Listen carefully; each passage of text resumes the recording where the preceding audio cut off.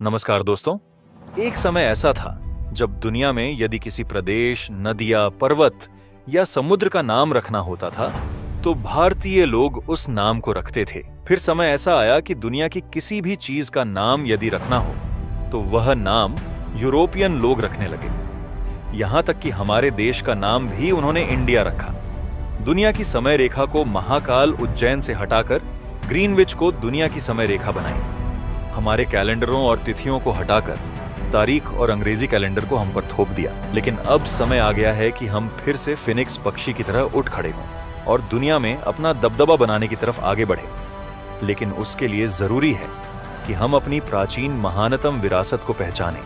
हम जाने कि हमारे पूर्वज दुनिया में किन किन जगहों पर शासन किया करते थे, और उसी कड़ी के अंतर्गत आज हम शाक द्वीप की उस सनसनीखेज दास्तान को जानेंगे, जिससे हमें वह मोटिवेशन मिले कि पूरी दुनिया को फतह करने की ओर हम अग्रसर हो सके और आने वाली जनरेशन को यह बात बता सके कि हमारी सभ्यता और संस्कृति कितनी महान और विशाल थी। दोस्तों, जम्बू द्वीप के बारे में तो सभी जानते होंगे कि जम्बू द्वीप कहां पर आया हुआ है, लेकिन बहुत कम लोग वह जानते होंगे कि शाक द्वीप कहां पर आया हुआ है। तो शाक द्वीप की सटीक जानकारी उसके परफेक्ट लोकेशन के साथ महाभारत के भीष्म पर्व में संजय ने हमें बताई है। तो सबसे पहले हम शाकद्वीप की लोकेशन के बारे में महत्वपूर्ण जानकारी प्राप्त करेंगे और फिर शाकद्वीप से जुड़े हुए सनसनीखेज रहस्यों को भी जानेंगे। तो जिस तरह हमने आगे जाना था कि जम्बू द्वीप यानी कि नदियों का द्वीप, उसी तरह शाकद्वीप यानी कि शाक यानी वनस्पतियों का महाद्वीप। वनस्पतियों को शाक कहा जाता है और वनस्पतियों को खाने वाले शाकाहारी। तो अब आप ही बताइए कि दुनिया में सबसे ज्यादा वनस्पतियां किस महाद्वीप में पाई जाती है? हाँ, तो वह महाद्वीप है अफ्रीका। तो अफ्रीका ही शाकद्वीप है, लेकिन क्या सबूत है कि अफ्रीका खंड ही शाकद्वीप है? तो संजय उसका सबूत देते हुए कहते हैं कि भारत में जो मानसून आता है उस मानसून का जल शाकद्वीप के मलय और जलधार पर्वत के आसपास के विस्तार से आता है। वे कहते हैं कि महाराज, दूसरे पर्वत का नाम मलय है, जो पूर्व से पश्चिम की ओर फैला हुआ है। मेघ वहीं से उत्पन्न होते हैं, फिर वे सब ओर फैलकर जल की वर्षा करने में समर्थ हैं। हे कुरुनंदन, उसके बाद जलधार नामक महान पर्वत हैं।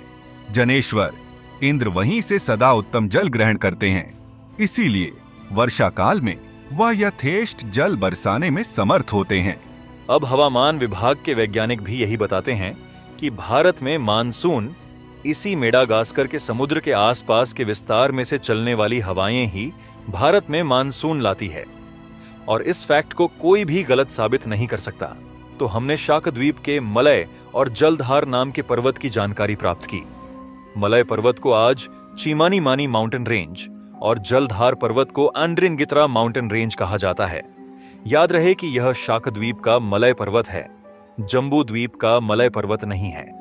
अब आगे संजय बताते हैं कि शाक द्वीप में रेवतक नाम का पर्वत है और उसके ऊपर रेवती नाम का नक्षत्र दिखाई देता है। तो भारत से देखने पर रेवती नाम के नक्षत्र का लोकेशन अफ्रीका खंड पर ही आता है। तो यह एक महत्वपूर्ण जानकारी है कि अफ्रीका ही शाकद्वीप है। रेवतक नाम के पर्वत को आज एयर माउंटेन कहा जाता है। फिर आगे शाक द्वीप के लोगों के रंग के बारे में बताते हुए संजय कहते हैं कि रेवतक पर्वत के उत्तर में श्याम नामक महान पर्वत है, जो नूतन मेघ के समान श्याम शोभा से युक्त है। उसकी ऊंचाई बहुत है, उसका कांतिमान कलेवर परम उज्ज्वल है। जनपदेश्वर, वहां रहने से ही वहां की प्रजा श्यामता को प्राप्त हुई है। तब धृतराष्ट्र को बहुत आश्चर्य हुआ। धृतराष्ट्र बोले, हे संजय, यह तो तुमने आज मुझसे महान संशय की बात कही है। भला वहां रहने मात्र से प्रजा श्यामता को कैसे प्राप्त हो गई? तो संजय इसका कारण बताते हुए कहते हैं कि संपूर्ण द्वीप में गोरे और काले तथा इन दोनों वर्णों के लोग रहते हैं। हे भरत श्रेष्ठ, मैं तुम्हें बताऊंगा कि वहां पर रहने वाले लोगों की श्यामता का क्या संबंध है। तो वहां पर रहने वाले लोग भगवान कृष्ण के तेज के कारण श्यामता को प्राप्त हुए। तो आप जानते ही हैं कि अफ्रीका में ज्यादातर लोगों का रंग काला होता है, और अफ्रीका में आया हुआ यह श्याम पर्वत, जिसे आज हगर माउंटेन्स और हॉगर पर्वत भी कहते हैं, यह पर्वत बिल्कुल काले ग्रेनाइट पत्थरों से बना हुआ है और यहां पर रहने वाले लोगों का रंग भी काला है।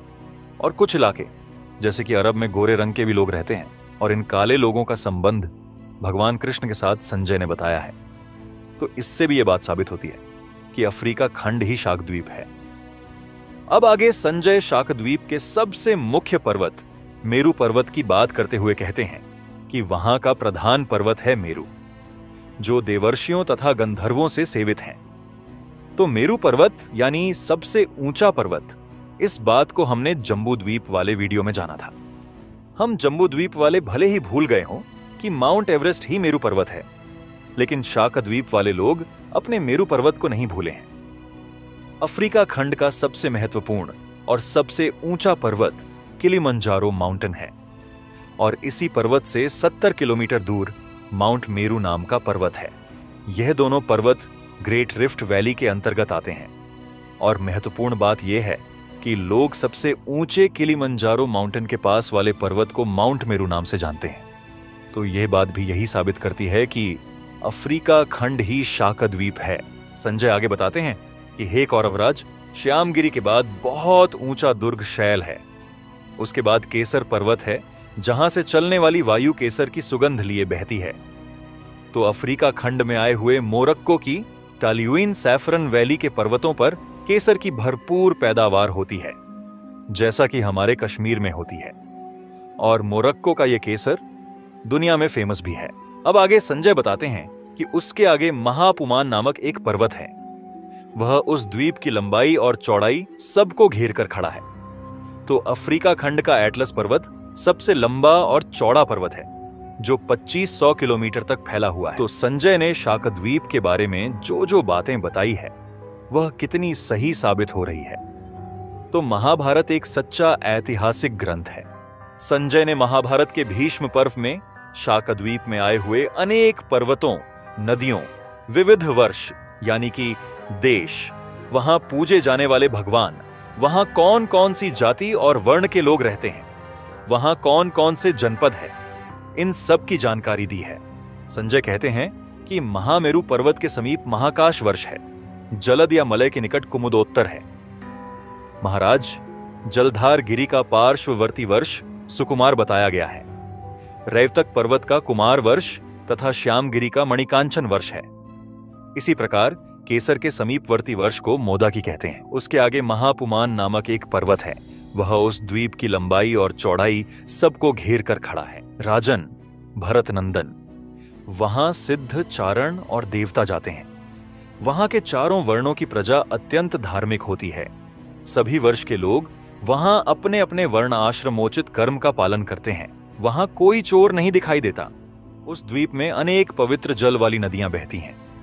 वहां गंगा भी अनेक धाराओं में विभक्त देखी जाती हैं। कुरुनंदन, भरत श्रेष्ठ, उस द्वीप में सुकुमारी, कुमारी, शीताशी, बेणिका, महानदी, मणिजला तथा चक्षुर वर्धनिका आदि पवित्र जल वाली नदियां बहती हैं। वहां लाखों ऐसी नदियां हैं जिनसे जल लेकर इंद्र वर्षा करते हैं। उस द्वीप में लोक सम्मानित 4 पवित्र जनपद हैं। उनके नाम इस प्रकार हैं: मंग, मशक, मानस तथा मंदक। नरेश्वर, उनमें से मंग जनपद में अधिकतर ब्राह्मण निवास करते हैं। वे सबके सब अपने कर्तव्य के पालन में तत्पर रहते हैं। महाराज, मशक जनपद में संपूर्ण कामनाओं के देने वाले धर्मात्मा क्षत्रिय निवास करते हैं। मानस जनपद के निवासी वैश्य वृत्ति से जीवन निर्वाह करते हैं।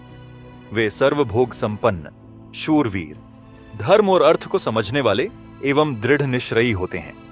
मंदक जनपद में शूद्र रहते हैं। वे भी धर्मात्मा होते हैं। राजेंद्र, वहां न कोई राजा है, न दंड है और न दंड देने वाला है। वहां के लोग धर्म के जाता हैं और स्वधर्म पालन के ही प्रभाव से एक दूसरे की रक्षा करते हैं। तो दोस्तों, हमने शाकद्वीप के लोकेशन के बारे में जानकारी प्राप्त की।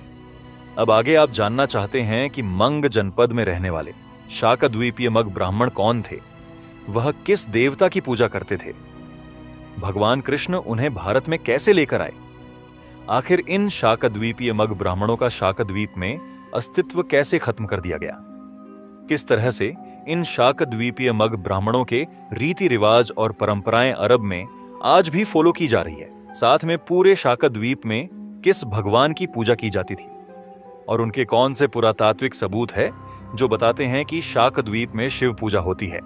तो इन सब के बारे में पौराणिक लिखित सबूत को जानना चाहते हैं तो कमेंट में पार्ट 2 अवश्य ही लिखें और हमें मोटिवेशन देने के लिए लाइक करना बिल्कुल भी मत भूलिएगा। धन्यवाद।